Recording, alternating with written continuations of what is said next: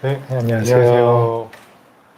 닥터 곰의 비뇨의학 연재승 선생님과 함께 나왔습니다. 저는 잠실 서울비뇨의학과 장진석이고요. 네, 저는 여의도에 있는 서울 N비뇨의학과 연재승입니다. 반갑습니다. 한 2달 만에 뵙네요. 아, 그렇군요. 네, 잘 잘 계셨나요? 지내셨죠? 우리 사이 벽이 있네요. 요즘 어떻게 지내셨어요? 네, 요즘 그냥 심심하게 지내고 있습니다. 요새 정말 저는 집에 아기가 있잖아요. 아, 이제 유치원을 다니는데 네. 지난주부터 이제 올 스톱이 돼서 아, 아무 데도 안 가니까 이제 다 비상이 난 거죠. 그럼 집에 누군가 계셔야, 할머니, 할아버지도 자주 오시고 네. 그러고 있습니다. 아이고. 오늘도 저희가 준비한 내용들 같이 얘기 나눠보고 질문 주시면은 바로바로 답을 해드려 보도록 하겠습니다. 네.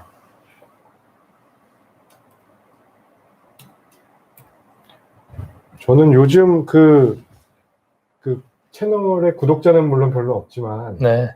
여기서 질문을 받다가 뭐 추가적으로 궁금하신 분들은 그 채널로 와서 질문을 많이 해주세요. 아, 정말요? 자주는 못 보지만 틈틈이 들어가서 답을 달아드리고 있으니까 저희 뒤에 채널도 많이 사랑해 주시면 좋겠고요. 네. 딸기80님 안녕하세요. 안녕하십니까, 딸기80님. 아직 질문이 없으시기 때문에 바로 준비해 놓은 질문을 시작을 해보겠습니다. 네. 묵거마러님의 질문. 네. 자, 셋째가 임신이 돼서 임신되어서 와이프께서 정관 수술을 받고 오라고 합니다. 저희도 늘 오시지만 그 자발적으로 남성분이 오시는 경우는 잘 없는 것 같아요. 그죠. 수술하시고 나서는 개운해 하시더라도 처음에는 이제 막연히 두렵기 때문에 이제 배우자분이 주로 하라고 좀 하는 경우가 많죠. 수술 받은 사람들 얘기를 들어보면 하나도 안 아팠다는 사람도 있고 통증이 심했다는 사람도 있습니다. 많이 불편한가요? 그리고 후유증이나 주의사항, 수술 비용도 궁금합니다. 라고 하셨네요. 자, 묵거마러님. 네. 네, 레나쌤 안녕하세요. 안녕하세요. 요새 정관 수술 좀 많이 하는 편이세요? 어떠세요? 저는 많이 어느 정도 건수가 가을까지만 있을까요? 그렇게 많지는 않고요. 한 달에 그래도 뭐 일주일에 한 2건은 하다가 11월부터는 좀 많이 줄어서 이번 달에는 한 번도 안 했네요. 그래요? 네. 저는 이상하게 포경 수술은 좀 주는데 네. 코로나 시즌 되고 나서 환자분들이 전반적으로 줄긴 줄었는데 정관 수술은 늘었어요. 이렇게 또 본의 아니게 대관에 계시다 보니까 눈이 자꾸 맞으셔서 네, 애정을 이렇게 뽐내시려다가 좀 더 안전하게 하자라는 이런 게 맞나 보네요. 그래서 이런 질문들 주시는 분들이 엄청 많으세요. 병원 홈페이지에도 궁금증도 올려주시는 분들 되게 이런 질문들이거든요. 네. 그래서 정리를 좀 해봤는데 정관 수술은 영구적인 피임을 목적으로 하죠. 그렇죠. 현존하는 피임법 중에서 그래서 성공률이 제일 좋은 걸로 맞습니다. 뭐 콘돔, 경구 피임약, 여성의 루프 시술 이런 거에 비해서 성공률도 좋고 부작용이나 후유증도 적은 편으로 알려져 있고요. 맞습니다. 중요한 거는 꼭 상담할 때 선생님도 이러실 것 같은데 자녀 출산 계획이 이제 가족 계획이 확실하게 끝났는지를 꼭 여쭤봅니다. 그럼요. 간혹 가다가 미혼이신데 앞으로 나는 자녀 계획이 없을 것 같다. 네. 그래서 해달라고 오시는 분들도 있는데 저희는 절대로 안 해드리고요. 예전에 이슈가 되었었죠. 네. 네. 오, 아이고, 저런 엄청난. 허춘님? 아는 분 같은데요. 저희 환자분 같은데요. 네. 팬이 있으시군요. 감사합니다. 감사합니다. 그래서 저희들도 말씀하신 대로 이제 물론 가족관계 증명서를 가져오세요 이렇게 말씀은 안 드리지만 결혼하셨는지 자제분이 한 분이라도 계신지 꼭 여쭤보긴 합니다. 가끔 이제 30대 초반 이렇게 젊으신 아버님들도 오셔서 정관 수술을 하시기 때문에 많이 부러워하곤 하죠. 네, 그래도 미혼이시거나 아직 자제분이 없으신데 생각하시는 분들은 해드리고 있진 않죠. 나중에 생각이 바뀔 수 있으니까. 네. 자녀가 없는 부부분들께서는 같이 오시면 간혹 해드리긴 해요. 동의서 같이 쓰고 저희는. 네네네. 우린 뭐 딩크다라고 그런 분들도 정하면. 있으시니까요. 그래서 정관 보건술도 물론 가능하긴 한데 이거를 먼저 물어보신 분들이 있거든요. 그렇죠. 나중에 이거 그 복원 가능할까요? 그런 생각을 혹시라도 하신다면은 그 타이밍은 정관 수술 받으실 때가 저는 아니라고 말씀을 드립니다.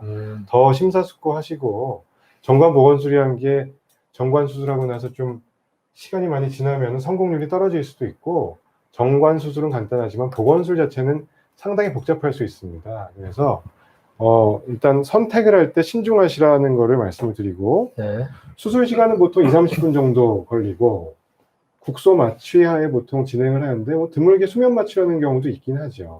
굉장한 서비스인데요. 그러니까 다른 복합 수술을 하거나 네.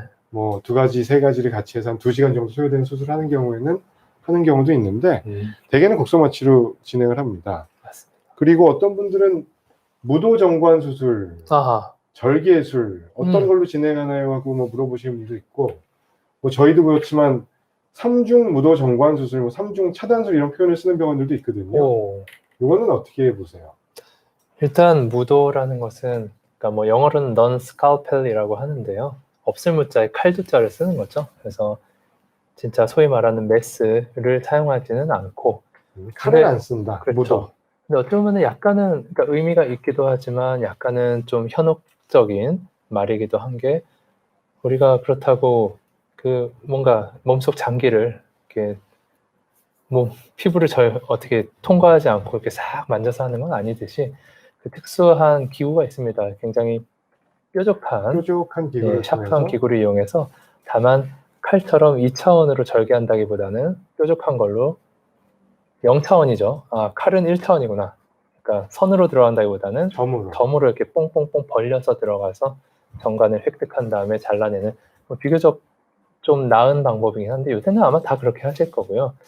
3중 차단술이라는 거는 그에 앞서서 일단 아까 묶어말어 님이시기도 했지만 정관수술이라는 게 관이 있으니까 왠지 묶는다는 느낌이 많이 들잖아요. 이미지상 말도 그렇게 하고. 근데 엄밀히는 한번 자르죠. 여기 사진 있는 것처럼 묶는 거는 새지 않게 끄트머리를 묶어줄 뿐이지 커트합니다. 정관수술 자체는 다시는 아기가 생기지 말아야 된다라는 목적을 가지고 일단은 진행하는 거기 때문에 일단 자르거든요. 근데 자르고 나서 한쪽을 열어둔다거나, 그러니까 고환이 있는 쪽이 거기 뭔가 꽉 차서 이렇게 붓는 걸 방지한다는 의미로 또 열어준다거나 아니면은 몸 쪽에 가까운 단면을 어떤 근막층 같은 거 안으로 이렇게 아예 그냥 넣어서 이따가 나올 수 있는 재문합이라고 하는 그런 부작용을 좀 더 줄인다거나 이런저런 거 있긴 한데요.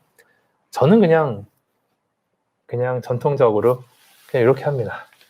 간단히 말하면 3중이라는 거는 묶은 다음에 찢어주고 자르고 잘라야 단면이 나오니까 자른 단면을 레이저나 아니면 소작기 같은 걸로 지져주고 묶고 자르고 지지고 3가지 어떤 루트를 차단을 한다. 그래서 3중 칼을 쓰지 않는 무도 정관 수술이 요즘은 보편적입니다. 그리고 절개술 같은 거를 해본 적은 있는데요. 네. 정관 수술을 해보려고 하다가 실패해 보신 적이 있으세요?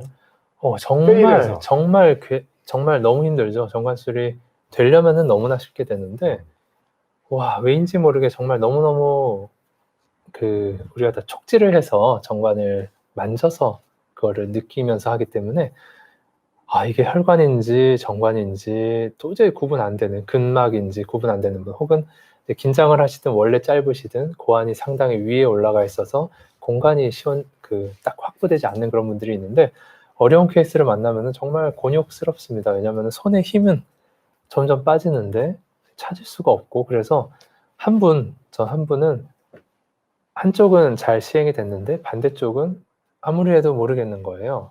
뭔가 만져지는 듯도 한데 아닌 것도 같고 이렇게 저렇게 몇 번을 시도해도 잡았다고 했는데 정관 아니고 그냥 근막이 뭉쳐서 이렇게 보인 거네? 이렇게 하면서 여러 번 시도하다가 환자분도 너무나 감사하고 죄송하게도 이해심이 좋으셔서 거의 진짜 한 40분 넘게 고생 하시다가 송구한 말씀을 드리고 일단 사실은 그래서 이 절개술이란 거는 그럴 때 보통 시행을 할 수 있는데요.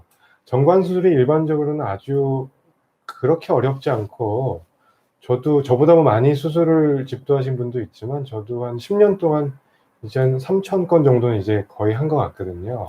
1년에 한 3, 400개씩은 하니까요. 근데 1년에 한두 분은 꼭 있어요. 못 하겠어요. 그래서 저는 아예 수술 들어가기 전에 양쪽 만져보고 그렇죠. 탈장 경험이 있거나 뭐 옛날에 뭐 그 고환 쪽 수술을 했거나 하신 분들은 못할 수도 있다 먼저 말씀을 드리고 한쪽이 아예 안 만져지거나 촉지가 안 되면은 설명을 드려요. 이거 하면은 절개술로 해서 끄집어내서 해야 될 수도 있는데 굳이 그렇게까지 하시는 게 좋겠는지 보고서 이제 아예 뚫지를 않죠. 그럴 때는. 네. 공교롭게도 엊그저께딱 그런 분이 그러셨군요.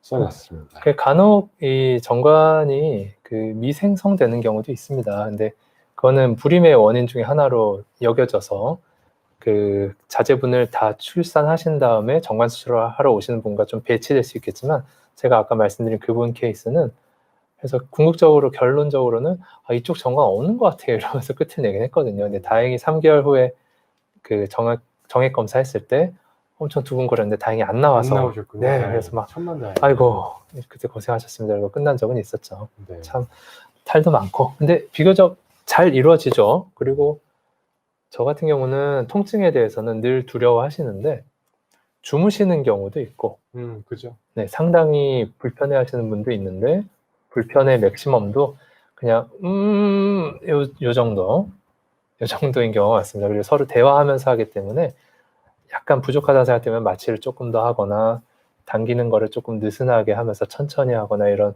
피드백이 들어가니까 너무 걱정 안 하셔도. 통증이 왼쪽 오른쪽이 한 30초에서 1분 정도 당겨질 때 일단 좀 뻐근한 정도이기 때문에 너무 걱정하실 필요는 없습니다. 이거 주의사항 한 가지는 수술 직후에 바로 피임법으로 완성이 되는 건 아니고 이 차단을 하고 나면 상부 통로에는 정자들이 남아 있거든요. 그렇죠. 그래서 그거를 충분히 사정액 배출을 통해서 소진을 시키고 그 이후에 정액 검사를 꼭 받으러 오셔야 됩니다. 네. 그렇게 해서 이제 피임법으로 완성이 됐는지 무정자 상태인 걸 확인을 해야 안심하실 수가 있습니다. 네, 훨씬 더 금슬이 좋아진다고 하니까 많이들 뭐 하셔도 될 것 같습니다. 그래서 자주 듣는 질문들이 아까 질문해 주신 묵과마라님 얘기도 여기 포함되어 있고요. 그 부부관계시 만족도가 올라갈 수 있다? 저는 가능성이 높다고 생각을 해요. 그럼요. 왜냐하면은 이게 그 임신이 잘 안 돼서 오시는 분들도 날짜 맞춰서 이제 관계를 하려고 하다 보면 스트레스인데 그럼요.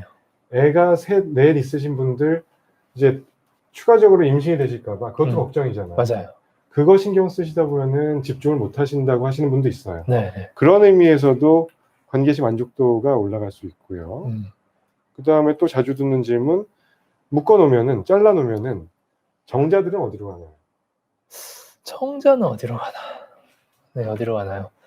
저희들 저는 사실 그냥 책만 읽었기 때문에 그걸 갈라본 적은 없으니까 모르지만 그냥 그 작은 고환 안에 그 시스템, 작은 궤 안에서 정자의 생성과 소멸이 계속 그냥 반복된다고 알려져 있긴 합니다. 고래 같은 경우는 그러니까 고환이 1톤이잖아요. 그 안에서 무슨 일이 일어날지 모르겠지만 우리는 한 16, 18, 20cc 정도의 작은 고환들이니까 그 안에서 열심히 생성됐다가 그 정자는 부피가 거의 없기 때문에 그렇게 쌓여서 그 유가종을 형성하거나 그런 경우가 사실 흔치 않고요. 알아서 다 소멸되게 되어 있습니다. 분해가 될 거예요. 정액량도 거의 차이가 없죠. 네, 1에서 5% 정도 부피로 따지면 그 정도 차이가 난다고 돼 있는데 저는 그냥 라면에다 스프 뿌리는 거다라고 이렇게 표현을 하는 편이죠. 성욕, 성기능 떨어지지 않는 걸로 되어 있고요. 네. 무정자증은 어떤 병적인 상태를 증상을 얘기하는 건데 정관 수술 후에는 물론 무정자 상태가 무정자 되겠죠. 상태라고 하는 게 맞겠죠. 병이라고 한다기보다는 좀 구분은 돼야 될 것 같고요.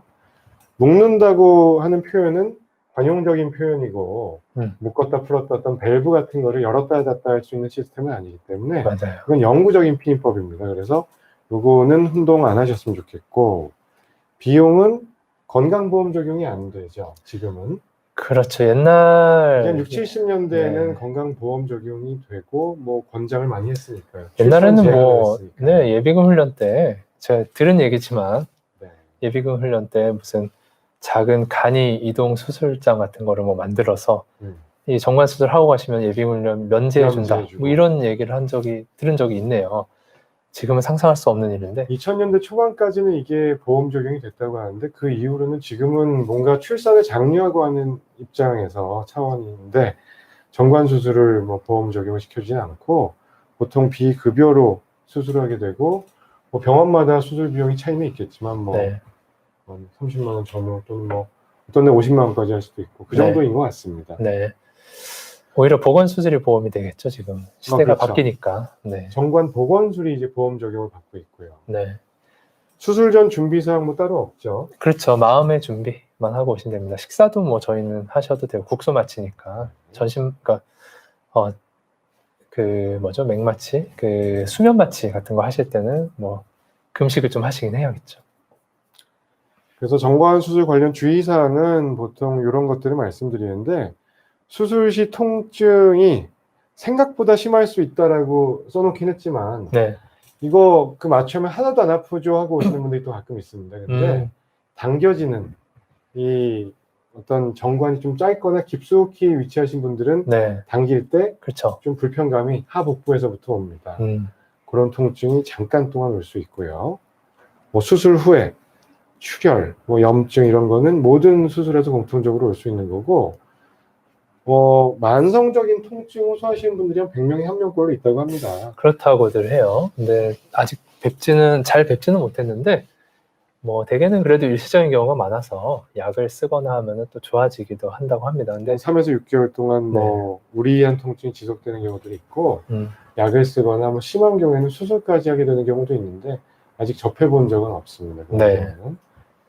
정관이 재개통되는 경우가 한 1000에 1명꼴 0.1에서 1% 정도. 근데 저는 한 번도 본 적이 없고 들은 바도 없습니다. 저도 없어요. 네.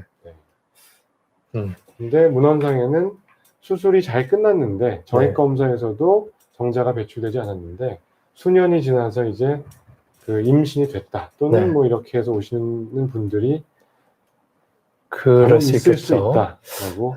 그래서 그렇지 않겠지만 만약 그렇게 된다면은 당황이 되지만 일단 정액검사를 하시러 먼저 오시는 게. 정액검사를 먼저 해보시는 게 맞을 것 같습니다. 그러니까. 네, 이상 정관 수술에 대한 질문에 대한 답을 드렸고요. 네. 그 사이에 질문들이 좀 많이 들어왔네요. 아이고, 감사합니다. 하나씩 보시죠. 네. 알그램 TV님. 안녕하세요. 40대 후반 여성인데 최근 긴박뇨, 절박뇨, 급박뇨 증세가 있어서 불편함이 있습니다. 갑자기 소변이 마려운데 참기가 힘들다. 비뇨의학과나 산부인과에 가봐야 하나요? 네, 그럼요. 오시면은 도움을 드릴 수 있을 겁니다. 비뇨의학과가 그냥 단순 방광염으로 인한 증상이실 수도 있겠지만 그게 뭐 아마 그거는 확연히 느껴질 거기 때문에 아마 그거는 아닐 것 같은데 그냥 배뇨 관련된 절박뇨 증상이라고 하면은 비뇨의학과가 조금 더 관심이 많기 때문에 더 도움을 드릴 수 있을 것 같은데 뭐 다양한 원인이 있을 수 있겠죠. 이것 때문에 산부인과 내과를 가셨다가도 요즘은 산부인과 선생님들도 비뇨기과로 다시 의뢰하시는 분들이 많이 있어요. 그래서 저희는 소변을 중점적으로 보는 과이기 때문에 이쪽은 저희가 전문가가 아닐까 싶고 아마 말씀하신 증상은 뭐 과민성 방광 같은 가능성이 가장 높지 않을까. 일단 말씀하신 증상 자체만으로 과민성 방광이라는 질환은 진단이 될 것 같습니다. 그 외에 뭐 다른 원인들을 찾아보는 검사들을 같이 시행해 볼 수가 있겠죠. 네, 뭐 카페인을 줄이시고 그리고 소변을 평소에 그냥 약간만 마려워도 화장실 가버릇 하셨다면은 조금씩 더 참아버릇 하시면서 저희가 필요하다면은 약도 좀 드릴 수 있고 간혹 뭐 이제 아니실 것 같긴 한데 간혹 약간 그 요도 괄약근이나 그 주변 근육이 약해져서 배에 힘이 살짝 들어갈 때 요도 쪽으로 물이 조금 흘러서 그 공간을 넓히게 되면은 그때도 요일을 상당히 느낀다고 합니다. 그럴 수도 있으니까 뭐 여러 가지 가능성이 있겠죠. 병원 한번 가보시는 게 좋겠죠. 네, 밑에 남희정님 자궁 절제술을 7월에 하셨고 한동안 괜찮았는데 최근 들어 화장실 자주 가고 소변 보고 잔류감이 있다. 산부인과 갈지 비뇨기과 갈지 고민입니다. 뭐 저 같으면은 일단 자궁 절제 수술을 아마도 뭐 대학병원이나 3차 의료기관에서 받으셨다면은 거기에 비뇨의학과도 아마 있고 산부인과에 수술을 받으셨을 텐데 협진을 통해서 보시면 어떨까 싶기도 합니다. 네. 자궁절제 수술하고 5개월 지났는데 수술한 부위에 어떤 후유증 또는 부작용 같은 게 있지 않는지 산부인과적인 검진도 필요할 것 같고요. 특별한 다른 이상이 없는데 이런 증상이 있다면은 배뇨 기능에 대해서는 비뇨의학과에서 아마 탁과 의뢰나 이런 걸 통해서 협진을 하게 되시는 게 맞지 않나 싶습니다. 네. 아마 두 군데 다 가실 수도 있겠는데요. 그래도 5개월 정도니까 한번 수술하신 거 한번 내원도 해보시는 게 좋을 것 같긴 합니다. 네. 아스트로진 PB님. 정관수술 치매 관련성 예전에 저희 언제 질문에서 다룬 적이 있어요. 정관수술과 치매는 결국 연관성은 인과는 뭐 리뷰 아티클 같은 데서는 네. 아마 그런 연관성을 뚜렷이 찾기는 어려웠던 것 같긴 합니다. 네. 그때 저희가 논문도 좀 찾아보고 분석을 했었는데 치매하고 연관성, 인과관계는 없는 것 같고 뭐 케이스 리포트 수준이나 뭐 치매가 걸린 사람들을 그냥 뭐죠 후양적으로 전향적으로 후양적으로 검사한 후양적으로 거겠죠. 검사를 했더니 정관 수술 받은 사람의 퍼센티지가 유의하게 높았던 그 정도의 연구였던 것 같거든요. 어떤 설계가 잘 된 연구가 아니라 그냥 어떤 후양적인 연구였기 때문에 네. 한계가 있었던 걸로 기억합니다. 우연찮게 그렇게 모집단이 만들어졌을 수도 있겠죠.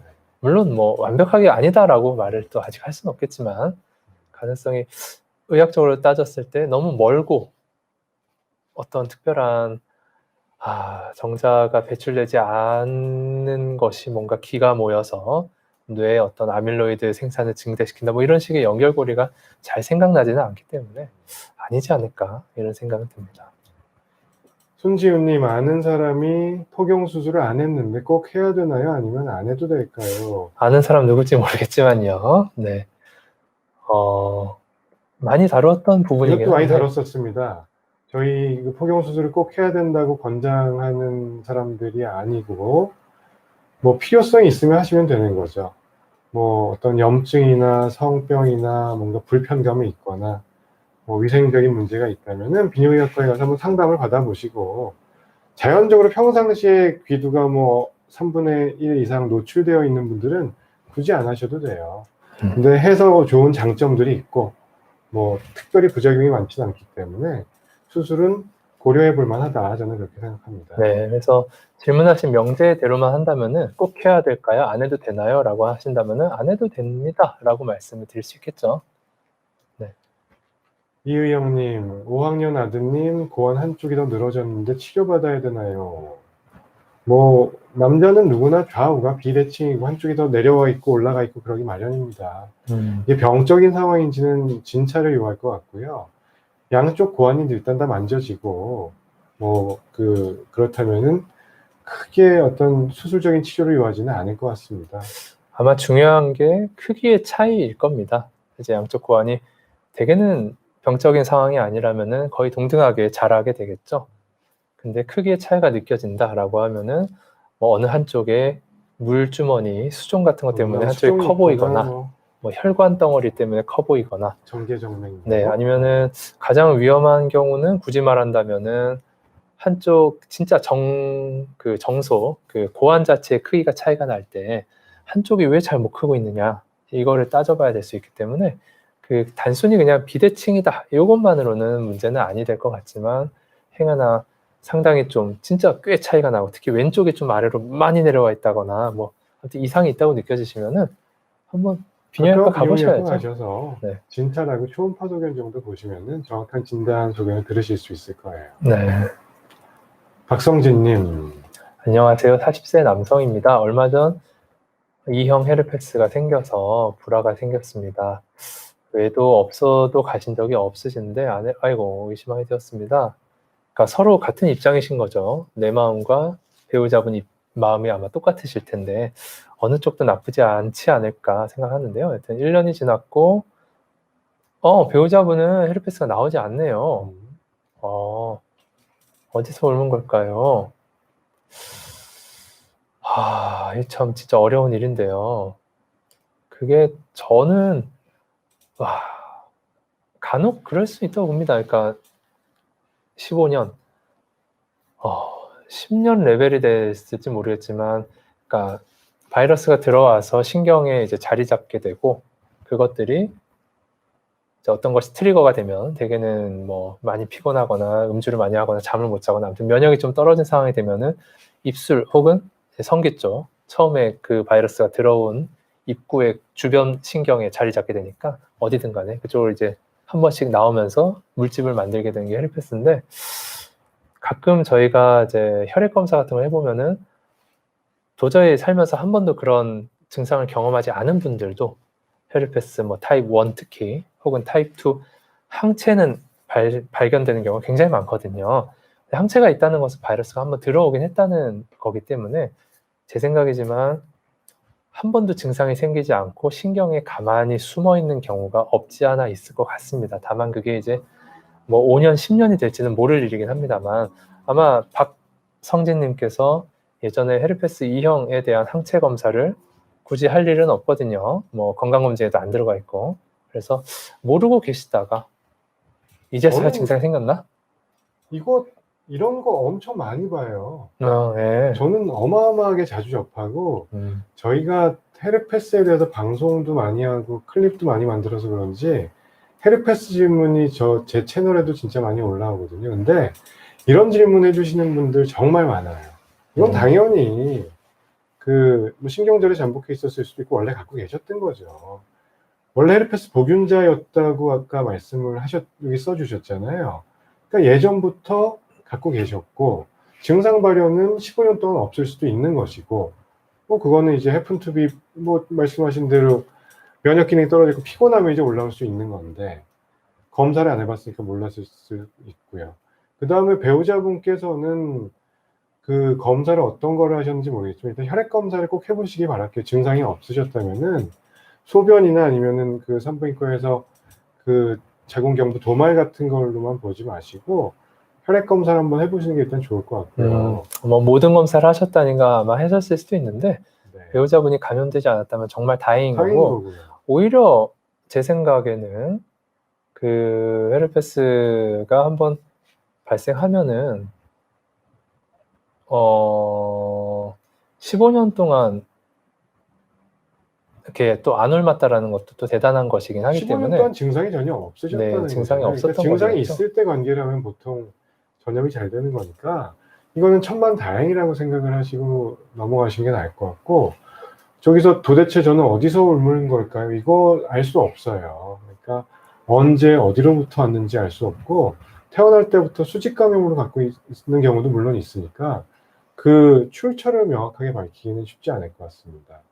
그래서 앞으로 그냥 관리를 잘 하면서 증상이 있을 때는 가까운 뭐 비뇨기과뿐만 아니라 피부과, 내과 아무 데나 가셔도 헤르페스 진단 받으셨다면 약을 주실 거예요. 그래서 짧게 먹는 약 쓰시고 증상이 꺼지고 나면은 정상적으로 부부 생활 하시면 될 것 같고요. 네. 그렇습니다. 이거 의외로 많이 접하는 상황이니까 뭐 많이 고민되시면은 가까운 비뇨기과에 부부가 같이 가서 상담 받아보셔도 좋습니다. 다음으로 넘어간다면은 레나쌤, 저희 어머니께서 빈뇨로 오랜 세월 힘들어하고 계십니다. 어떤 치료를 받으셔야 할까요?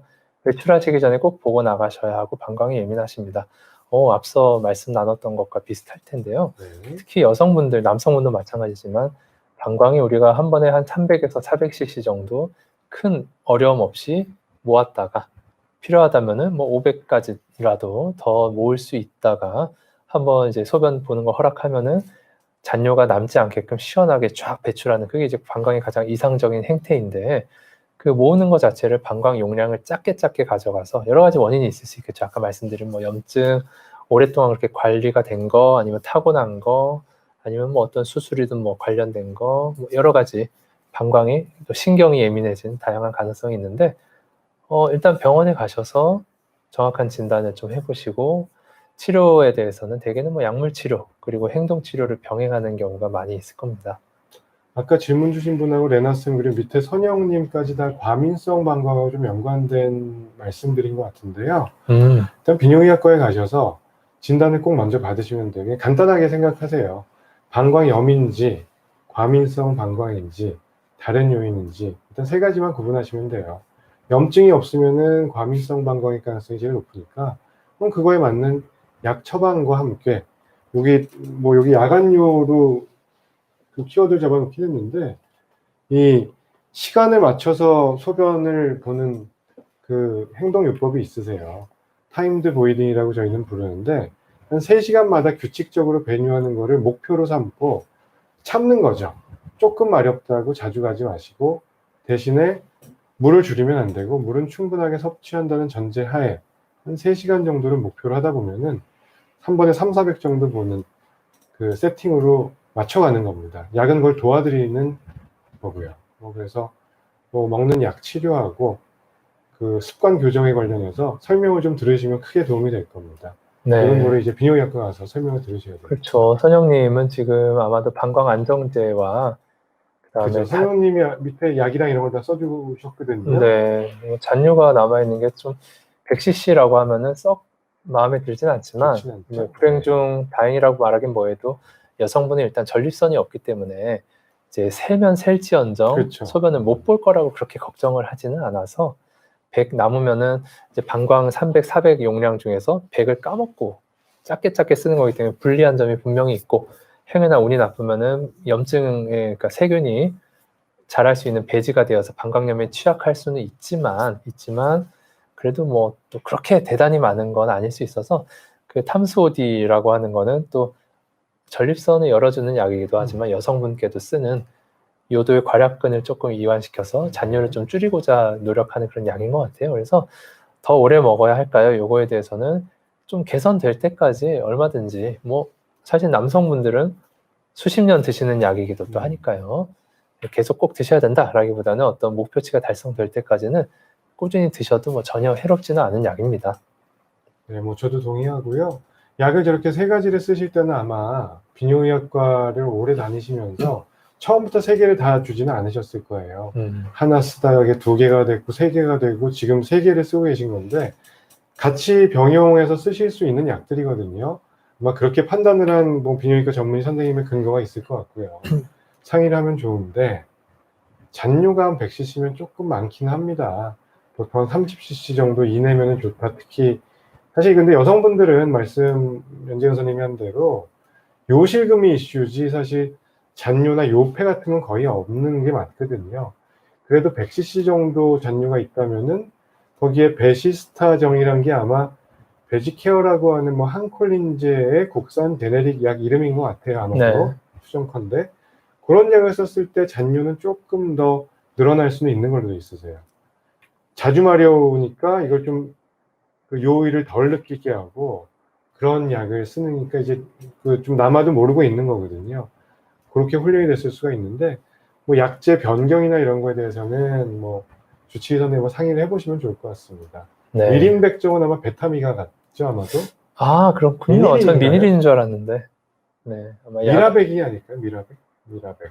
아무튼 미라백으로. 네, 베지케어, 베타미가, 현미탐순, 하루나이드 이런 약들의 제네릭 국산 그 약들인 것 같은데요. 네. 뭐 다 같이 쓸 수 있는 약들입니다. 큰 문제 안 되실 것 같아요. 네, 계속 컨트롤해 나가면서 증상을 호전시키는 방향으로 나가면 될 겁니다. 단 그 습관 고치려는 노력은 병행을 하셔야 돼요. 약이 모든 걸 해결해 주는 게 아니라 과민성 방광은 배뇨일지 같은 걸 쓰시면서 모아서 보는 훈련을 계속 부단히 해주셔야 바뀝니다. 이게. 네. 그렇죠. 다시 질문을 다시 한번 올려주시겠어요, 피디님? 네, 훈씨인 것 같네요. 네, 훈씨. 알을 싸고 있는 표피에, 표면 피부에 피가 모여 작은 붉은 점처럼 보이는 것들이 많이 있는데 이게 병인가요? 아주 표현을 잘 해주셨네요. 네. 피가 모여 작은 붉은 점, 딱 맞는 말인데 특히 음낭에 그런 일이 많은 것 같은데요. 뭐라고 해야 될까? 작은 혈관종이라고 합니다. 혈관점 뭐 이렇게 표현하는데 이게 뭐 어떤 악성 질환으로 가는 게 아니기 때문에 미용상 좀 보기 흉할 수는 있지만 저는 치료하지 말자고 합니다. 치료를 굳이 할 필요도 없고 보통 이거 있는 분들 수십 개 있지 않으세요? 많이 있는 분도 있고 이게 이제 어떤 감염병이나 남한테 옮기는 거는 전혀 아니고요. 다만 늘어날 수는 있습니다. 나의 피부가 어떠한 이유에 어떠한 조건에 어떤 컨디션에서인지 그게 생겼다는 얘기는 더 늘어날 수는 있고 그리고 단 한 가지 문제가 되는 점은 일단 아까 말씀하셨듯이 미용적인 측면과 또 하나는 자기도 모르게 그걸 긁다가 만약에 그렇죠. 터뜨려버리면은 염증이 그게 생기고. 예, 그렇죠. 잘 지혈이 안 됩니다. 지혈이 안 돼요. 한 1시간, 2시간 이렇게 꾹 누르고 있어야 될 수도 있어요. 그게 왜냐면은 우리 피부 깊은 데는 심부에는 아주 큰 혈관들이 있지만 눈에 보일 정도예요. 근데 피부 표면으로 갈수록 그거는 모세혈관으로 대치되어서 점점 나무의 장가지처럼 되어서 이제 작아지는데 그거는 피부에선 존재할 수 없는 크기의 혈관이 떡하니 있는 거기 때문에 그렇죠. 그런 문제가 있습니다. 그래서 저는 피부과 그 선생님과 한번 말씀을 나눴더니 그거 치료할 수 있는 지혈 레이저가 있다고 하시더라고요. 그래서 보시기에 좀 뭐가 좀 별로다라고 생각하시면은 피부과에 한번 가보셔도 좋을 것 같습니다. 근데 저희 위층에 있는 피부과 선생님은 치료하지 말라고. 아, 그러니까 이거를 제 옆집에는 하신다고. 이거를 개수가 많고 그러면은 네. 그걸 다 터뜨리면서 제거를 해야 되잖아요. 아, 그러니까 긁어 부스럼은 만들지 말자 하는 선생님들이 많더라고요. 저는 피가 터졌을 때는 지혈은 해야 되니까 그런데 가면은 쉽게 할 수가 있는데 그걸 미용상 목적으로 제거하시는 거는 굳이 그럴 필요가 있을까 싶습니다. 네. 그다음 이대진님. 네, 안녕하세요. 저희 또 준비한 거는 또 못하겠네요. 아이고. 이대진님. 네. 67세시고요. 소변이 갑자기 마렵고 참을 수가 없어요. 밤에 한두 번 보시고 소변 줄기 가늘고 시원치 않고 잔뇨가 있는 느낌입니다. 저희가 제일 많이 뵙는 환자분이죠. 네, 사실은. 네. 거의 교과서적인 말씀을 해주실 정도로 네. 그 하부 요록의 증상이라고 알려져 있는 배뇨 증상을 하나둘씩 짚어주셨는데요. 마렵고 참을 수가 없다. 뭐 절박뇨, 급박뇨라고 하고 그 다음에 밤에 소변 보시는 거 야간뇨라고 야간뇨. 표현하고 소변 줄기가 가늘다. 이거는 뭐 늦은 속도 혹은 이제 세뇨라고도 세뇨, 말을 양뇨, 하죠. 그리고 잔뇨감, 잔뇨감. 이 모든 것들을 하나로 지시한다면은 결국은 이제 아마도 남성분이실 텐데요. 성함도 남성분이고 보니까 정황상 전립선 비대증이겠죠. 네. 근데 전립선 암과 전립선 염 감별을 해야 되니까 네. 뭐 그 증상만으로는 비대증일 가능성이 매우 높겠죠. 그럼요. 그래서 이거를 확진을 받기 위해서 가까운 비뇨기과에 가셔서 네. 피검사, 소변 검사, 뭐 전립선 초음파 검사 같은 걸 해서 암이 아님을 밝히고 염증이 없음을 밝히고 전립선 비대증이 어느 정도 심한지에 따라서 약을 쓰시면 많이 좋아지실 거예요. 네. 아까 위에서 말씀 주신 뭐 선영님, 레나쌤님 뭐 과민성 방광 증상도 여기 포함되어 있는 거잖아요. 그럼요. 같이 있으실 수도 그러니까 있습니다. 전립선 비대와 과민성 방광이 같이 있을 수도 있기 때문에 그러니까 그 선영님이 쓰시던 약들을 이대진님이 쓰셔도 되는 거예요. 알파 차단제, 뭐 항콜린제, 베타3 항진제 뭐 이런 걸 같이 쓰실 수도 있습니다. 아무튼 그 진단을 제대로 받아보시고 들어보시면 되겠습니다. 네, 조금 마음이 좀 그러실 수 있지만 전립선 비대증은 남성분은 오히려 없는 분보다 있는 분이 더 많은 그런 질환이기 때문에 이제 나도 이제 그런가 라는 생각을 하시면 될 거예요. 아마 정도의 차이는 있지만 친구분들과 아마 상의를 해보신다면은 거의 다 있으실 네, 거예요. 뭐 야나도 그러면서 네, 나도 그렇다 라고 하실 겁니다. 아마도. 또래분들의 한 60-70% 정도가 있으실 거예요. 그리고 전립선 암도 급증하는 50세 이상 남성에서 급증하기 때문에 꼭 검사는 받아보시기 바랍니다. 네. 별을 보고 산다님, 자기 전물은 몇 시쯤 마셔야 될까요? 네. 물을 드시고 2번 정도 화장실 간다. 네. 자기 전에 물을 드시는 거는 자유입니다만 야간뇨가 특히 한 번을 초과해서 2번까지 있다는 것은 말씀대로 좀 많이 불편하시겠죠. 우리가 정상이라고 판단하는 정도는 아닌데요. 요실금이라는 거는 이제 세야 되는 거기 때문에 당연히 아니시겠죠. 근데 저녁에 습관처럼 마시게 된다라고 하면은 습관은 당연히 안 좋은 습관이라고 볼 수는 있고요. 그러니까 물을 많이 드시는 건 물론 좋습니다. 근데 낮과 아침에 충분량 드시고 저녁 식사 후에 드시는 물들은 고스란히 밤중에 소변이 되기 때문에 물론 갈증을 느끼실 때 드시는 거야 당연히 자유입니다만 굳이 뭔가 건강을 위해서라든가 아니면 습관적으로 물을 많이 드실 필요까지는 없으시고요. 물론 아까 그 장 원장님이 말씀해 주신 배뇨일지라는 것이 하나 있는데 많이 좀 귀찮을 수는 있지만 진짜 돈 한 푼 안 들이고 상당한 정보를 얻을 수 있는 그런 방법이 있습니다. 배뇨일지는 스스로 해보셔도 돼요, 그죠? 그렇죠. 종이 한 장하고 계량 컷만 있으시면 되니까 화장실을 몇 시에 갔는지 양을 얼마 갔는지를 기록을 하는 거예요, 일지를. 네, 3일 정도만. 네. 그 새벽에도 주무시다 깨셔서 그걸 적으면 잠이 다 달아나긴 하겠지만 이틀 3일 정도만 한번 작성하셔서 그걸 가지고 비뇨기과 한번 딱 가시면은 뭐 이런 좋은 정보를 다 갖고 오셨나 하면서 칭찬을 받으시면서 어떤 문제가 큰지를 아마 짚어주실 것 같습니다. 또 마침 여기 야간요에 돼 있는 게 나와 있기 때문에 와, 한번 같이 이렇습니다. 읽어보시면 될 것 네. 같고요. 양이 많아서 깨는 분들도 있고 그쵸. 양은 별로 없는데 뭐 닭이 먼저냐 달걀이 먼저냐 얘기인데 네. 한밤중에 몇 시가 되면 눈이 떠져요. 떠지면 그냥 화장실 습관적으로 가고 물 한 잔 먹고 또 주무시고 또 깨고 이런 분들이 있거든요. 이게 야간요, 비뇨기과적인 문제인 야간요인지 또는 불면증이나 수면장애인지도 한번 감별을 해봐야 되고요. 근데 만약에 자기 전에 그 물을 드시고 별을 보고 산다님은 키워드가 지금 야간요잖아요. 자기 전에 깬다가 지금 문제 리스트인데 그럴 때는 당연히 자기 전에 물을 금해야 되겠죠. 네. 네. 아이디를 보면 혹시 천문학에 정통하신 분이 아닐까 싶기도 한데 별 하나 보시고 물 한 잔 드시고 이런 건 아닐지 모르겠는데요. 야간에는 아무튼 그냥 그 갈증을 해소하는 정도로 목을 축이는 정도로 드시는 게 좋을 것 같습니다.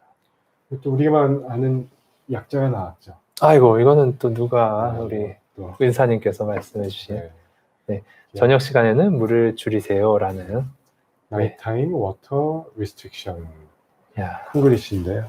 그렇겠죠. 네. 아무튼 이런 걸 강조한다는 얘기예요. 이런 약자가 있을 정도면은. 그래서 야간요가 있으셔서 불편하신 분들은 자기 전에 한 2시간 정도는 물을 드시지 말고 약 드시는 게 있다면은 입을 축이는 정도로 밥 먹음 정도랑 약이랑 삼키고 주무시는 게 좋습니다. 그 다음에 SJ 차밍님. 네. 53세 딸둘 아빠입니다. 부부관계 시 요도에서 정액과 함께 이물질이 사정이 되면서 쾌감을 넘어 고통스럽다 보니 부부관계를 잘 안 하게 됩니다. 조루증도 있으시고요. 왜 이럴까요? 정액이 단순히 뭐 진하다, 혼탁하다, 너무 끈적거린다 라는 그런 표현을 넘어서서 아예 이물질이라고 말씀을 하신 게 무엇일지 좀 애매한데요. 뭐 혈정액을 의미하시는 건지 아니면은 가끔 그 코코팜 같은 그런 젤리 같은 게 나오는 거를 의미하시는 건 모르겠는데 이물질 나오는 거야 뭐 그럴 수 있습니다. 코코팜에 젤리 것처럼 생긴 게 나오니까. 근데 쾌감을 너무 고통스럽다. 그러니까 사정 통증이네요. 사정통이 있다라고 하면은 그거는 특히나 연관된 조루 증상 혹은 어떤 분들은 이제 발기부전 증상까지 올 수 있는데 이걸 다 아우르는 키워드는 뭘까요? 전립선 염증이 아닐까 싶어요. 네. 그래서 뭐 53세시기 때문에 비대증 가능성도 있긴 한데요. 뭐 이런 증상이 있다면 꼭 비뇨기과에 가셔서 그러니까 병원에 가시면은 뭐 저희가 전립선 염 가능성이 있다라고 물론 말씀드리지만 나 전립선 염이라서 왔습니다라고 하실 필요 없고 요거 지금 적어주신 거를 그대로 말씀을 주시면은 전립선 염이라는 어떤 그 심증, 임프레션을 갖고서 검사를 해나가겠죠, 주치의 선생님이. 네, 다른 것일 수도 있으니까요. 검사해보시면 될 것 같습니다. 네, 얼른 나가셔야겠습니다. 칸치용님, 코코팜 같은 이물질 맞다고 하시네요. 아, 그렇군요. 네, 코코팜. 네, 코코팜. 요새는 안 먹죠. 네. 칸치용님, 고환이 자주 위로 당겨 올라가는 건 왜 그럴까요? 당겨 올라가고 시간 한참 지나면 하체 쪽 다리도 저린 듯 아파오네요. 아, 이게 진짜로 그 고환 거근이라고 해서 고환이 좀 위로 올라오는 근육이 존재하긴 합니다. 우리가 너무 춥거나 아니면은 긴장하거나 예, 저는 그거를 어렸을 때 이제 빨리 집에 가야 되는데 너무 재밌다 보니까 오락실에 저녁 7시, 8시까지 있을 때 계속 고환이 막 땡겨 올라가는 느낌을 받은 적이 있는데 여튼 그럴 때 올라가는 그런 그 근육이 있긴 한데요.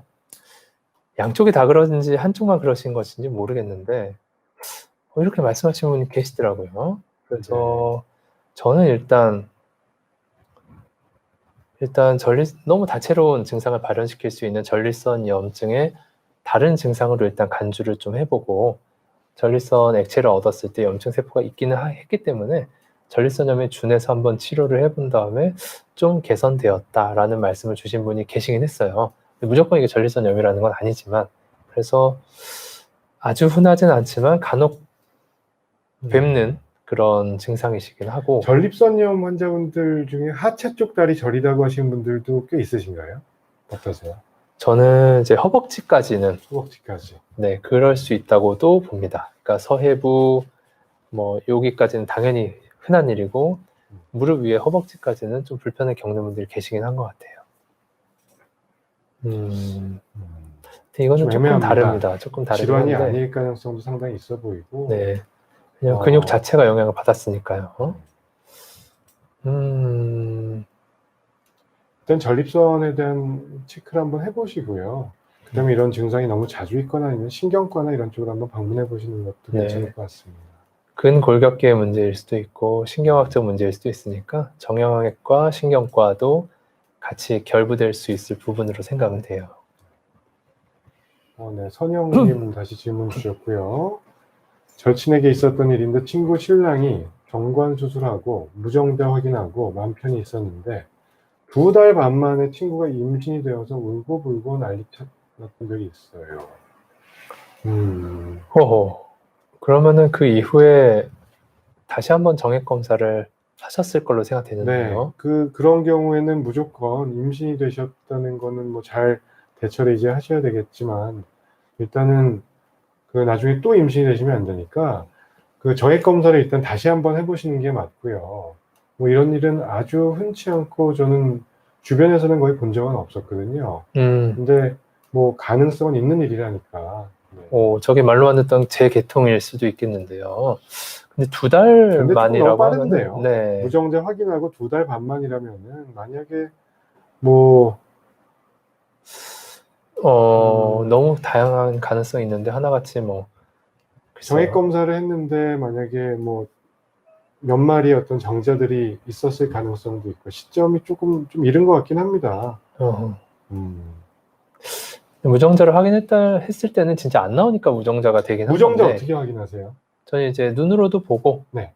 그리고 검사실을 보내서 전수 검사를 하죠. 의뢰를 하는군요. 그래서 카운트가 제로, 네, 카운트가 0이라고 됐을 때, 무정자 확인을 혹시 그걸 안 하시고 현미경으로만 했을 수도 있겠군요. 그렇죠. 네. 옛날엔 저도 무정자 확인을 현미경으로만 봤거든요. 그 환자분들이 바로 받아주시는 정액을 받아다가 현미경을 계속 보는 거죠. 네. 그러면 간혹 가다가 이제 죽어있는 정자들만 있는 경우들이 있거든요. 그럴 때는 재검을 보내고. 근데 요즘은 그냥 동시에 보내거든요. 그렇죠. 원내에서 현미경 검사하고 그다음에 랩으로도 보내고 더블 체크를 하는 건데 그렇죠.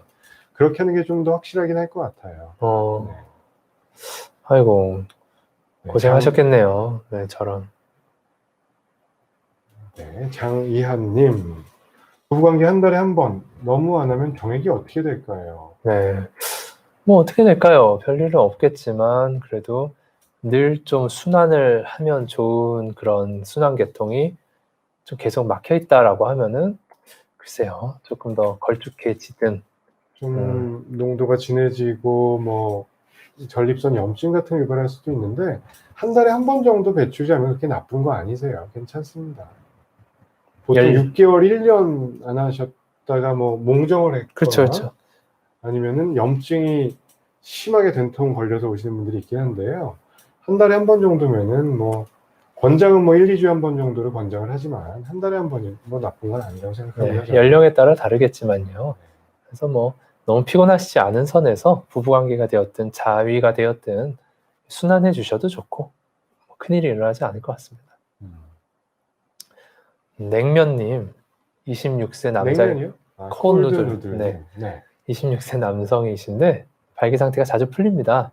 시알리스 복용을 해서 드시고 그 다음부터는 미복용, 다음 관계 시 복용하는 중인데 어린 나이에 골칫덩어리입니다.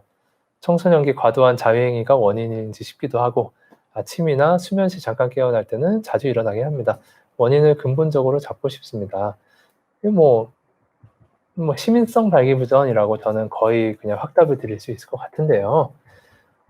일단 청소년기 과도한 자유행위는 제 생각에는 대부분이 하는 행위이기 때문에 특히 남성분들 전혀 그게 원인이 되지 않을 테니까 그런 어떤 죄스러운 마음은 완전히 잊어버리시고 아침이나 수면 시 잠깐 깨어났을 때 발기가 자주 되어 있다는 거는 그 어떤 생물학적인 본인의 신체에는 전혀 문제가 신체는 없음을 건강하다는. 네, 시사하는 부분입니다. 그래서 아마 관계하실 때 뭐 여자친구분 사귀신 지 얼마 안 돼서 너무 긴장을 하셨거나 아니면 한두 번 뭐 술 먹거나 너무 피곤할 때 관계에서 살짝 꺼지거나 했을 때 막 뭐라고 얘기를 듣거나 아니면 본인이 너무 깜짝 놀라서 어떤 심리적인 트라우마가 좀 있었거나 그래서 매 순간의 관계가 그냥 즐거운 관계가 되어야 되는데 또 그러면 어떡하지? 라는 생각이 자꾸 들다 보면은 가뜩이나 그 긴장된 상황에서 이게 툭툭툭 꺼질 수가 있습니다.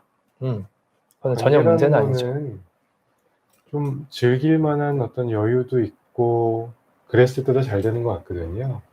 스트레스를 많이 받거나 뭔가 이게 어떤 사회 심리적인 요인들이 어떤 건강하지 못할 때는 이런 일들 겪으시는 분들이 많이 있으세요. 근데 말씀하신 걸로 봐서는 육체에는 문제가 없어 보이고 어떤 사람의 관계 또는 어떤 심리적인 요인이 큰 것 같으니까 이런 경우에 발기부전에 쓰이는 약재를 쓰면서 좀 자신감도 회복을 하고 즐거움도 찾아보고 이런 거를 좀 획득을 해야 추후에 약을 안 쓰고도 잘 되실 수가 있을 거라고 생각을 합니다. 네, 그냥 탈출하시면 되는 거고요. 도플러 검사 이런 것도 어떤 신체적인 문제가 있는지를 찾는 그 중요한 검사인데 당연히 내가 자신을 획득하기 위해서 원하시면은 어디서든 하셔도 무방하지만 아마도 정상으로 나을 확률이 매우 높기는 해요. 그래서 마음이 풀리면 되는 건데 이 마음이 풀리는 게 어려워서 그렇죠. 시알리스 같은 거는 내성이 생기진 않으니까 필요한 만큼 얼마든지 쓰셔도 상관은 없습니다. 심리적으로 의존하지 않으실 정도까지는 네, 걱정 안 하셔도 됩니다. 와, 이제 우리 준비한 거는 또 많이 못하고 있는데요. 빠르게 해보겠습니다. 네, 성영희님. 성영희님, 기침, 뛰거나 크게 웃거나 할 때 오줌이 셉니다. 병원에 갔더니 수술 방법밖에 없다고 하는데 다른 방법이 있을까요?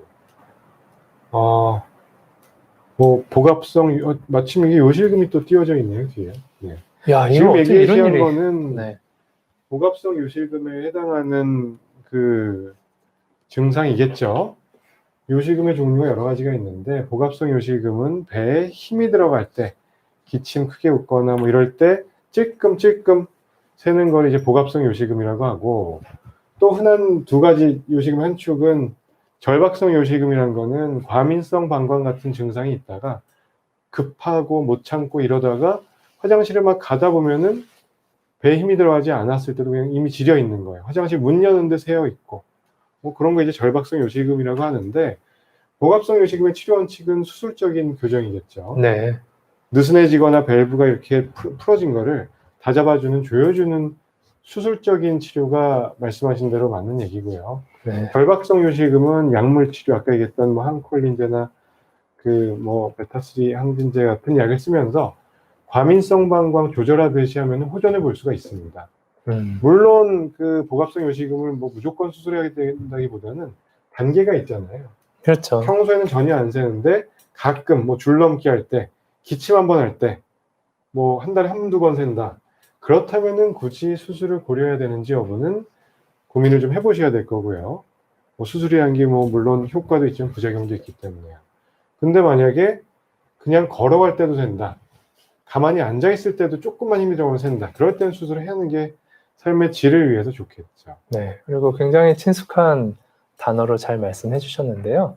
똥꼬 운동이라고 하는 게 아마 학문을 조이는 케겔 운동을 말씀하신 것 같은데 기본적으로 어느 단계의 그 복압성 요실금, 스트레스 요실금일 때 당연히 도움이 되는 걸로 되어 있습니다. 그래서 수술을 해야만 될 정도로 심하면은 어차피 케겔 운동 해도 도움은 되겠지만 완벽하진 않겠으나 적당한 수준의 것이라고 하면은 케겔 운동을 열심히 하셔서 좀 개선될 수도 있기는 하죠.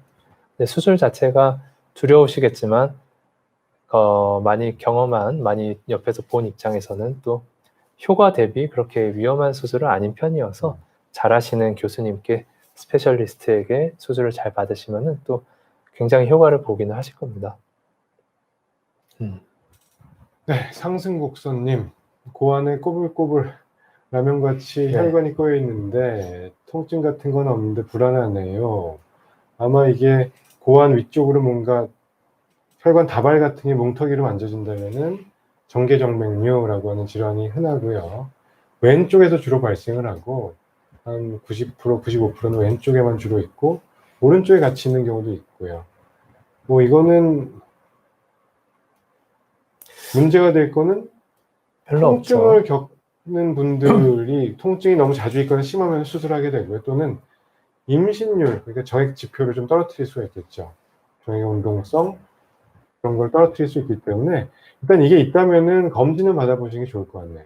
통증이 없다 하더라도 네. 정기정맥과 맞는지 초음파 같은 거 보시면 도움 될 것 같습니다. 네, 뭐 전체 남성의 한 10% 정도는 갖고 있다고 할 정도로 굉장히 흔한 흔해요. 부분이긴 한데, 네. 아까 말씀 주셨듯이 어떤 증상을 야기하거나 혹은 내가 보기에 기분이 나쁘거나 아니면은 임신을 준비하고 계신데 뭔가 난임인데 정액 퀄리티가 낮은데 정계정맥류를 발견했다. 그러면 이제 수술적 치료. 권하게 되죠. 네, 혹은 이제 뭐 10대 남성 어린 분인데 고환이 열심히 커져야 되는 상황일 때 정계정맥류 있는 쪽 고환이 작다. 그러면 이게 진짜 응급이죠. 커야 될 타이밍이 딱 정해져 있는데 그러면 수술적 제거 이렇게 되는 건데요. 그 외의 상황에 대해서는 굳이 그냥 뭐 갖고 계셔도 상관은 없습니다. 어떤 분은 우연찮게 전립선 비대증 때문에 좀 뵙다가 정계정맥류 있네요. 뭐 자제분 다 잘 계신가요? 그러면은 뭐 이런 게 있나? 나 애기 다 잘 낳고 잘 살고 있다라고 하시는 그런 분들도 굉장히 많은데 뭐 그냥 갖고 평생 재밌게 잘 사시는 거니까 그거는 이제 아무튼 문제가 있을 때 치료하면 되겠습니다. 네. 짧게 다음 설명들을 보고 총설명님 설명충님이시군요. 정액 배출 소변을 바르면 전립선염을 낮출 수 있다는데 일리 있는 말일까요? 저는 그렇게 동의하지는 않을 것 같습니다. 정액 배출 후에는 거의 다 소변을 보게 되어 있습니다. 발기가 되면서 어떤 배뇨 중추가 자극이 되면은 사정 후에 소변이 마려운 거는 당연한 얘기고요. 물론 여성에서 관계 후에 소변을 보면은 방광염을 예방할 수 있다 이런 거는 맞아요. 그렇죠. 네, 근데 전립선염을 낮출 수 있다라고까지 얘기하기는 뭐 좀 애매할 것 같은데요. 요도염 정도를 낮출 수는 있겠죠. 네. 정액 배출 자체가 전립선염을 좀 유병률을 낮추는 데 도움은 될 수 있을 것 같고. 네, 제가 기본적으로 지금 머릿속에서 그 자위 상황을 떠올린 다음에 장신호 원장님 말씀 듣고 하면서 동의를 하고 있었는데 만약에 남녀관계였다면 좀 다를 수 우리가 있겠네요. 생각하는 게 다르군요. 남녀관계였다고 하면은 저는 뭐 동의할 수 있을 것 같습니다. 남녀관계였다고 하면은 각종 꼭 이제 뭐 요도염, 전립선염을 흔히 일으키는 뭐 성관계로 주로 왔다 갔다 하는 그런 세균이 아닐지라도 그냥 여성의 질 내에 있는 각종 그냥 잡균들도 요도 안으로 어느 정도 들어올 수는 있어서 여성의 방광염 예방하는 것과 비슷한 맥락에서 한번 플러시 해주면은 걔들 저는 한번 그런 의미에서 요도염이나 성병 예방에는 도움이 될 것 같긴 한데 뭐 전립선염 유병률을 유의하게 낮출 수 있냐 이거는 뭐 쫄쫄쫄 올라오지 않을까요? 요도에 있다가 그럴 수야 전립선까지. 있겠지만 요도염이 있다고 또 바로 전립선염이 되는 건 또 아니니까요. 그건 그렇죠. 그래서 그거는 뭐 증명하기 좀 힘들 것 같아요. 형이 또 사정하면서 또 웬만큼 씻어주죠. 정액이 어려운 부분인데 만약에 소변이 마려우시다면은 기분 좋게 나 예방해야지 하면서 보신다고 해서 큰일이 일어날 것 같지는 않네요. 뭐 하셔도 될 것 같습니다. 자, 마지막인가요, 거의? 이샤인님, 장승민님 질문은 뭐 그 예전에 다뤘던 거 간단해서 항우울제약에 많은 약들이 발기부전을 유발할 수 있고요. 우울제 약도 그렇지만 우울제약을 쓰시는 어떤 심리적인 상황, 그 약을 처방받은 이유가 있으실 거 아니에요. 뭐 예를 들어 우울증이라면은 우울증 자체가 일단 발기력을 떨어뜨릴 수 있겠죠. 그렇죠. 약도 문제일 수 있고 약을 쓰시게 된 이유 자체도 문제일 수가 있을 것 같습니다. 아이고. 이샤인님 20대 초 대학생입니다. 매물을 원하시고 여자친구분께서 이런 경우가 없어서 gonok스럽습니다. gonok스러우실 수 있겠죠. 여성의 생기를 깨끗하게 씻었다는 가정하에 MUC, HPV, 앱스타인바 바이러스, 세균, 진균 등으로부터 어느 정도 안전한지, 구강성교가 직접적으로 암의 원인이 되는지. 일단 깨끗하게 씻는다고 해도 여기에 그 나열된 바이러스, 세균, 진균 같은 거 살짝 씻어낼 수 있을지언정 바이러스 자체를 막을 수는 없긴 하고요. 그렇죠. 우리가 HPV, EBV, 세균, 진균 늘 노출될 수 있습니다. 그거는 뭐 어느 정도 안전한지 씻고 안 씻고보다도 복원하고 계신 바가 있는지 이게 더 중요할 것 같고요. 세균, 진균이라고 하는 거는 그렇게 걱정 안 하셔도 될 겁니다. 세균, 진균은 그렇죠. 우리 입이 더 네, 지저분할 나의 수도 입에도 있어요. 세균이 있어요. 내 입에는 제 네. 입에도 있고 모든 인간의 입국도 한 네. 번까지는 지저분한 통로이기 때문에 세균, 진균 같은 거는 그냥 그렇다 치고 HPV가 있는지 앱스타인바 바이러스가 있는지 정도는 알 수 없겠죠. 어느 정도 안전한지 알 수가 없습니다. 상대방이 갖고 있는지 알 수가 없으니까요. 그리고 구강성교로 통해서 구강 내 HPV가 왔다면은 뭐 그 종양을 유발할 수도 있겠죠. 네. 아주 흔한 거는 아니어도 고위험군 HPV가 뭐 이쪽 안에 점막에 자리 잡아서 구강암의 원인이 되기도 하거든요. 네. 근데 그렇게까지 생각하면 정말 너무 살기가 어렵고, 왜냐하면 20대 여성분들 어떤 한 산부인과 연구에서는 우리나라 20대 여성 49% 정도가 그 HPV 우리가 주요하게 여기는 그 40종류 중에서 적어도 하나 이상 갖고 있다고 할 정도로 전 세계적으로 성인들 30% 이상 갖고 있죠. 남녀 불문. 그래서 너무너무 흔하기 때문에 일단은 두 분 다 자궁경부암 예방접종 HPV 백신을 일단 맞아서 가장 위험한 9가지의 바이러스에 대한 면역을 획득하시고 재미있게 두 분이 원하는 관계를 하셔도 좋지 않을까 생각은 되는데 좀 가치관도 중요하죠. 이런 부분에 있어서는. 레니 라라님이 그 지난번부터 연재승 선생님 찾으시던 그 시청자분이세요. 아이고, 안녕하세요. 저 있으면은 연 원장님 방송 언제 나오나요? 아이고. 근데 아마 이영광님하고 동일인이신 것 같기도 하니까 예. 선생님께서 나중에 꼭 어떤 방식으로든 네, 질문 네. 답을 좀 해주시고 아이고, 저희 죄송합니다. 다음 달에도 말씀을 드릴게요. 준비는 해왔는데 계속 그 미뤄지게 되네요. 죄송합니다. 죄송합니다. 그리고 어느덧 지금 10시 2분이 넘어가고 있어서 또 다음 선생님 대기 중이시기 때문에 네. 오늘은 급하게 방송을 마치도록 하겠습니다. 네. 지금까지 시청해 주셔서 감사드리고요. 저희는 또 새해 둘째 주 목요일에 뵙겠습니다. 벌써 새해인가요? 네. 자, 크리스마스 잘 보내시고요. 연말 잘 건강하시고 보내시고요. 건강하세요. 새해 복 많이 받으십시오. 네, 다음 달에 뵙겠습니다. 네, 들어가세요.